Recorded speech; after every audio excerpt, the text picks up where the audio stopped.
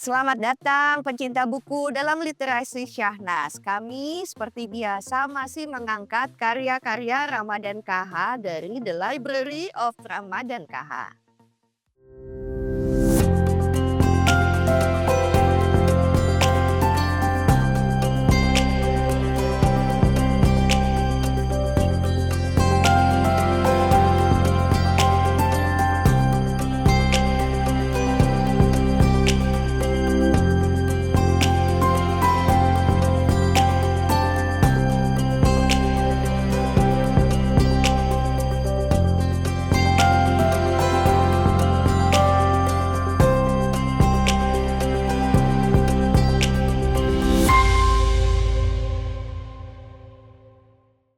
Buku yang saya pegang ini berkisah tentang Profesor Dr. Midian Sirait.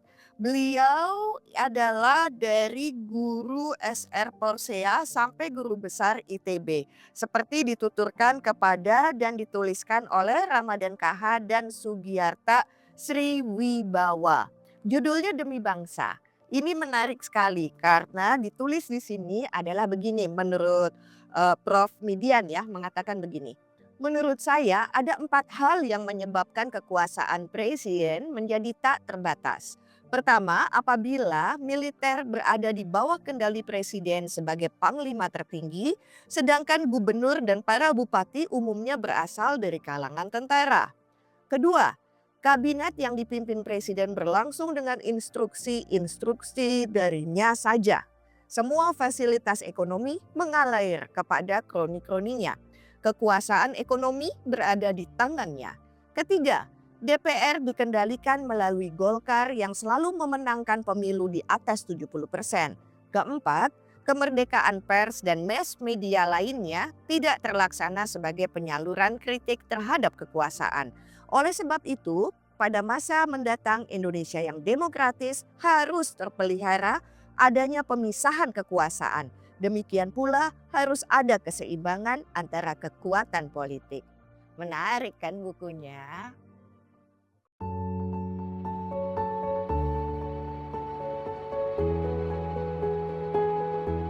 Prof. Dr. Midian Sirait memang sangat berbangga hati sebagai anak Porsea, sebuah kota kecil sesudah Prapat. Jika kita datang dari Medan, ibu kota provinsi Sumatera Utara, berbangga hati karena dihitung-hitung terdapat 6 anak Porsea yang berhasil menjadi guru besar atau profesor di negara Republik Indonesia tercinta ini. Tentu saja anak Porsea, beliau juga berbagi kebanggaan itu dengan banyak orang. Kebanggaan itu diperbesar lagi oleh kenyataan bahwa hampir setengah lusin pula anak Porsea yang sempat meraih jenjang karir kepegawaian negeri sampai eselon 1, dirjen, sekjen di berbagai departemen di masa lalu. Bibit-bibit kepemimpinan Prof. Midian Sirait memang sudah tampak sewaktu ia masih anak-anak. Sebenarnya beliau tinggal di kota Porsea namun lebih banyak bergaul dengan anak-anak desa Parparean umumnya. Huta Batu khususnya. Ia seusia dengan Nyonya Sagina Sitomorang. Di mata Prof. Sirait, beliau ini sudah pasti akan membela yang lemah. Sama-sama walaupun dari berusia SD, tapi karena lebih tua selalu melindungi adik-adik kelasnya. Nah, buku ini juga menjadi pembelajar buat anak-anak generasi muda yang menjadi mahasiswa ITB nih. Karena beliau adalah sangat aktif sebagai profesor di ITB, bertanggung jawab membiayai dan mengarahkan lembaga pendidikan di Lagu Boti, Sumatera Utara, mengarahkan proyek pelestarian lingkungan alam sekitar Danau Toba dan masih banyak kegiatan lainnya. Jadi di dalam buku ini ya, Prof. Midian Sirait ini memberikan sebuah pesan kepada para mahasiswa yang bisa punya kesempatan mengenyam pendidikan yang tinggi agar jangan ada di sangkar emas tapi langsung terjun ke masyarakat untuk membantu kembali daerahnya masing-masing. Seperti beliau karena berpegang pada moto pengabdian dan pelayanan kepada nusa dan bangsa tercinta ini tidak mengenal pensiun. Jadi kita harus bergiat terus memperbarui dan membangun negara bangsa ini sampai kita dipanggil oleh Tuhan yang Maha Kuasa.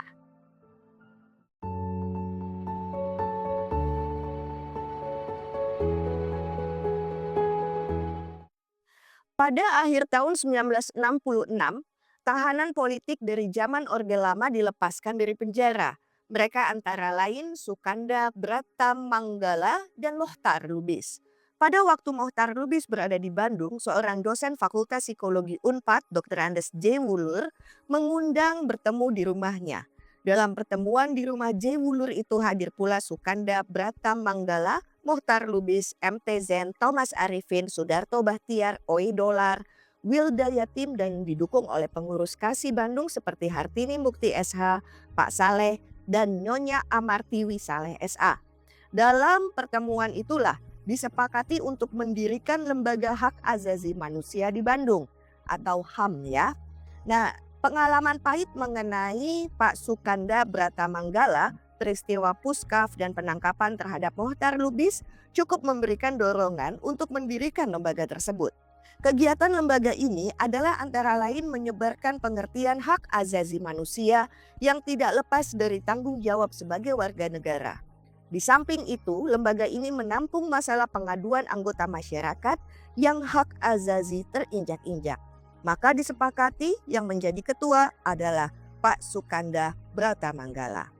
Nah, ini menjadi sebuah inspirasi baik ya di buku ini. Terkadang kalau saya membaca buku ini adalah gini, terkadang di dalam hidup ini kita sangat menghindari bencana, dalam arti kata luka batin tuh betul-betul membuat kita menutup. Padahal luka itu kan bukannya ditutup pakai perban, istilahnya begitu. Tapi harus disembuhkan dan diobati. Dan terkadang peristiwa terjadinya luka di dalam batin kita sebenarnya adalah kalau kita bisa melihat bagaimana dan mencoba mengambil pelajaran, kenapa harus ada kejadian itu? Ternyata ada sesuatu yang akan dilahirkan di kemudian hari. Seperti yang tadi sempat saya bacakan mengenai kejadian adanya Lembaga Hak Azazi Manusia di Bandung. Jika tidak ada kejadian penangkapan itu, mungkin saat itu tidak lahir Lembaga Hak Azazi Manusia di Bandung. Menarik sekali. Buku Profesor Dr. Midian Sirait, Demi Bangsa, untuk kita memajukan bangsa tercinta ini.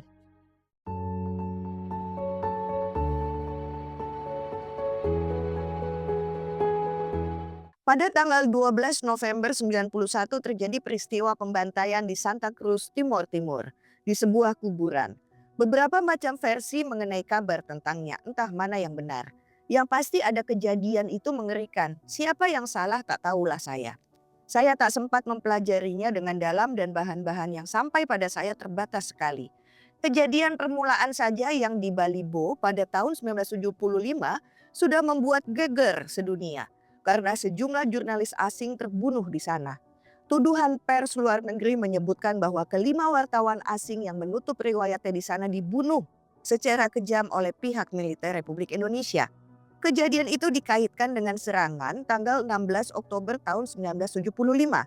Waktu sukarelawan kita yang dikatakan itu militer RI menuju Maliana, pusat yang lebih penting, terbunuhnya wartawan-wartawan asing disiarkan secara gencar ke luar negeri. Saya memang ingat tanggal terjadinya peristiwa penembakan di Santa Cruz 12 November 1991 karena bertepatan dengan hari ulang tahun saya. Ketika itu saya syok mendengarnya.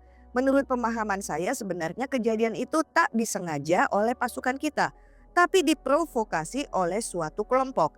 Berita yang terdengar mengatakan bahwa tembakan-tembakannya membredel kaum sipil bukan berasal dari pasukan resmi melainkan pasukan dari samping. Hal ini sangat menyedihkan, tentunya terutama bagi Panglima Pasukan TNI waktu itu, Sintong Panjaitan, karena tanggung jawab berada di pundaknya. Tetapi apakah ini permainan intel yang menyebabkan penembakan-penembakan itu? Hal itu masih di luar jangkauan saya. Yang penting, penembakan-penembakan terhadap kaum sipil harus dihindarkan. Dalam percakapan-percakapan yang saya ikuti, Panglima ABRI waktu itu Tri Sutrisno lebih emosional. Di DPR sampai keluar kata-kata, saya nggak boleh ngucapin. Di dunia internasional juga semakin marah. Foto-foto film mengenai penembakan-penembakan di Santa Cruz beredar di negara-negara lain. Saya sendiri sempat menontonnya di televisi Swiss ketika saya pergi ke Eropa setahun setelah kejadian itu. Saya menyaksikan bagaimana penembakan-penembakan itu terjadi. Bagaimanapun kita harus memberi penjelasan secara lebih tenang dengan tidak sambil marah-marah terhadap berita-berita yang tersiar di negara lain. Nah, ini menarik nih. Belakangan ini juga ada beberapa sebuah kebijakan yang diambil di mana ada pembatasan mengenai berita-berita baik di televisi, radio, dan sosial media. Apakah ada pembelajaran dari kejadian-kejadian sebelumnya yang diceritakan di buku ini? Entahlah. Coba Anda baca buku ini karena kita akan semakin bijak menghadapi kejadian-kejadian yang ada di bangsa ini. Demi bangsa, Profesor Dr. Midian Sirait rasanya pantas menjadi salah satu koleksi Anda di rumah.